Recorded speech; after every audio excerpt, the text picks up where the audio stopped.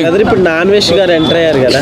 Non veg చెప్పడం జరిగింది. ఏం చెప్తారు? నాన్ వెజ్ సారీ చెప్పిండా ఆడు నార్మల్గా చెప్పారు. నాకు నాన్ వెజ్ వస్తే నేను మొగోడిని వానికి రేప్ చేయబుద్ధి అవుతుందన్న. దాంతో సారీ చెప్తాను. నేను వాడు మొగోడైనా రేప్ చేస్తా ఏమైనా కానీ నేను ఖండంలో యూస్ చేసుకొని రేప్ చేస్తా. దాని తర్వాత సారీ చెప్తా. నా హిందూ ధర్మాన్ని నా భారతదేశాన్ని అవమానించి లంగా కొడుకాడు. నేను ఆ విషయంలో వానికి సారీ చెప్పినా వానికి క్షమించే ప్రసక్తే లేదు. నేను ఆడు మొగోడే కదా ఒక్క నిమిషం. ఆడు మొగోడే కదా ఆడు అయినా పర్లేదు. నేను వాడిని రేప్ చేస్తా. నిజంగా కదా నేను రేప్ చేస్తాను. నీకేం కాను ఏమైనా కానీ నా మూడు రాకుండా మూడు నేను వయగ్ర వేసుకునే చేస్తా. అంటే వాడు అంటుడు కదా ఏదైనా మోడర్న్ డ్రెస్సులు లేకపోతే హీరోయిన్స్ కూడా నువ్వు కూడా చూడవని అని చెప్పేసి అంటున్నాడు కదా. ఎవడు? నువ్వు కూడా.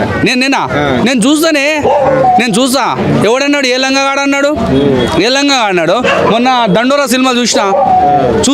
చూడలే మంచి కంటెంట్ ఫుల్ సినిమా అది. మొన్న కోర్టు సినిమా చూసినా మంచి కంటెంట్ ఫుల్ సినిమా. అరే పిచ్చి కొడక నువ్వు లంగపోకూడవి. నువ్వు 10 దేశాలు తిని 10 రోజులు తిని నిజంగా నువ్వు కొజ్జోడు బాయ్. నువ్వు నేను ఆటగాండి. ఎప్పుడైనా మీరు మ్యూట్ చేసుకోండి అన్న. మ్యూట్ చేసుకోండి వల్గర్ కంటే. నేను దెంగేటోడు అని ఎవడు అనుకోడు. అయితే ఇప్పుడు నేను ఆటగానే అంటూ నువ్వు ఏడు ఆటగానివా? నువ్వు కొజ్జోడని నేను భావిస్తున్నా. వాడు కొజ్జోడా నాయుడు? ఎవడు నిజంగా కొజ్జోడే ఆడు. అవసరం గడ్డం మీసాలు ఉన్నంత మాట్లాడు కదా. నిజంగా కొజ్జోడు. నేను గడ్డం మీసాలు కూర్చొని నేను నిజంగానే మొగొని ఈడే కృష్ణకాంత్ మార్కున్నా ఉంగవేటే వేస్తాను నేను. అన్ఫాలోవర్స్ అయి కొట్టేశారు. వానికి అన్ఫాలోవర్ దయచేసి నేను చెప్తున్నా. 2 చేతులేసి కాళ్ళు మొక్కుని చెప్తున్నా. తెలుగు ప్రజలారా వానికి దయచేసి నాన్ వేసిన ఛానల్కి అన్ఫాలో చేయొద్దు ప్లీజ్. రిపోర్ట్ కొట్టండి. మనము 4 కోట్ల మంది రిపోర్ట్ కొట్టినాం అనుకో నిమిషంలో వాని ఛానల్ దెంగిపోతుంది. ఎందుకు అన్ఫాలో? ఒక్క రిపోర్ట్ కొట్టండి అయిపోయా.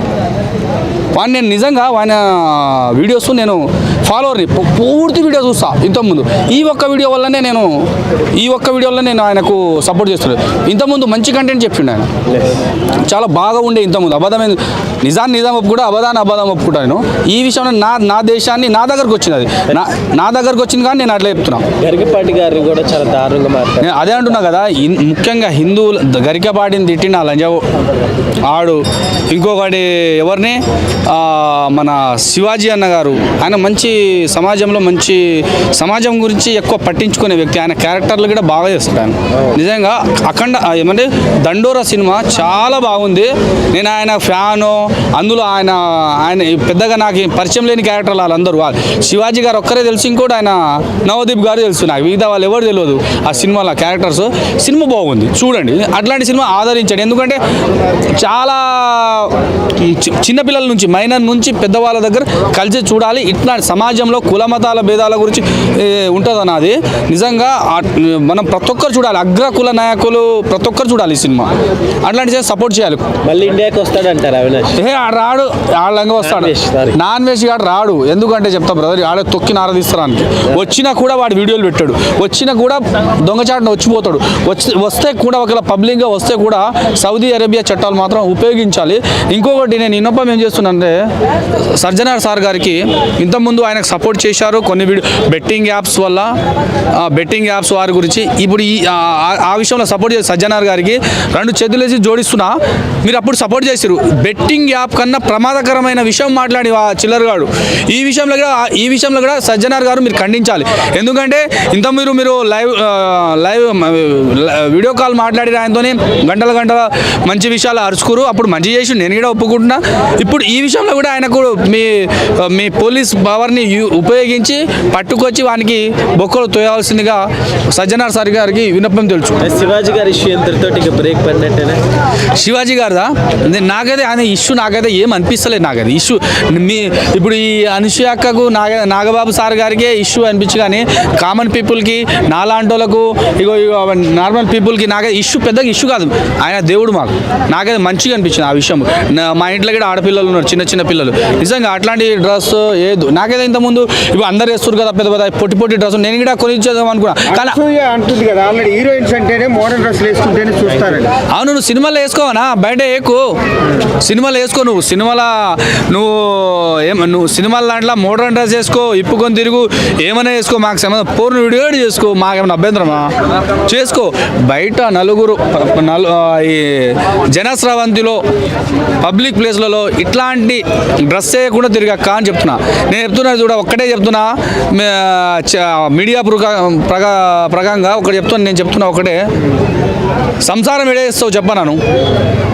సంసారం ఇంట్లో వేసుకుంటు 4 గోడల మధ్యలో తీసుకుంటావు సంసారం. ఇక నేను చెప్తున్నా, నువ్వు బయట వచ్చి నువ్వు బజార్లో వేసుకుంటావంటే ఇక నీ కర్మ, నువ్వు చేసుకో, అందరినీ నువ్వు చేసుకో. నువ్వు బయట బజార్లో వేసుకుంటావా, ఓపెన్ ప్లేస్లో వేసుకుంటావా, ఆ పార్క్లో వేసుకుంటావా, ఇంకేడా వేసుకుంటావా, చేసుకో, నీ ఇష్టం. కాకపోతే పబ్లిక్ ఎలాంటి స్టేట్మెంట్ ఇవ్వద్దని నేను అనసూయ అక్క కంటూ వినిపిస్తున్నా. అనసూయ అక్క చాలా మంచి యాక్టర్, మంచి వ్యక్తి. కాకపోతే ఈ డ్రెస్సులు ఇట్లాంటి స్టేట్మెంట్ ఇవ్వద్దు. మంచి సెలబ్రిటీ మీరు, ఇట్లాంటి స్టేట్మెంట్ ఇస్తారా అక్క? కామన్ పీపుల్ మేమే సపోర్ట్ చేస్తలేము నీకు నిజంగా.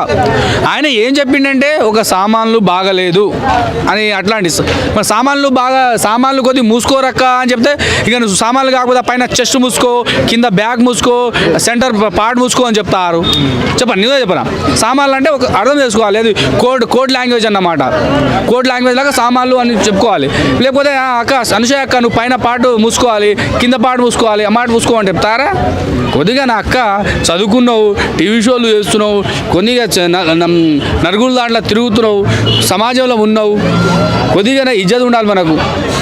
ఆడవాళ్ళని మన అనసూయ అక్కకు తెలుగు రాష్ట్రాన్ని బహిష్కరణ చేయాలి. అప్పుడులో ఆయన పేరు కోడి కత్తినా, ఆయన పేరేమో ఉండేగా, కత్తి మహేష్ లంగా ఉండే, వాన్ బహిష్కరణ చేసినట్టు ఈ అక్కను బహిష్కరణ చేయాల్సిందిగా ఒక 10 సంవత్సరాలు, ఒక 50-60 సంవత్సరాలు, ఇప్పుడే 40 వచ్చింది అనుకుంటా, ఒక 10 సంవత్సరాల ప్రజలు ముసలి అవుతుంది, అప్పుడు బహిష్కరణ చేయాలని రేవంత్ రెడ్డి సార్కి, అదేవిధంగా మా చంద్రబాబు నాయుడు సార్ గారికి విన్నపం చేసుకుంటా సార్.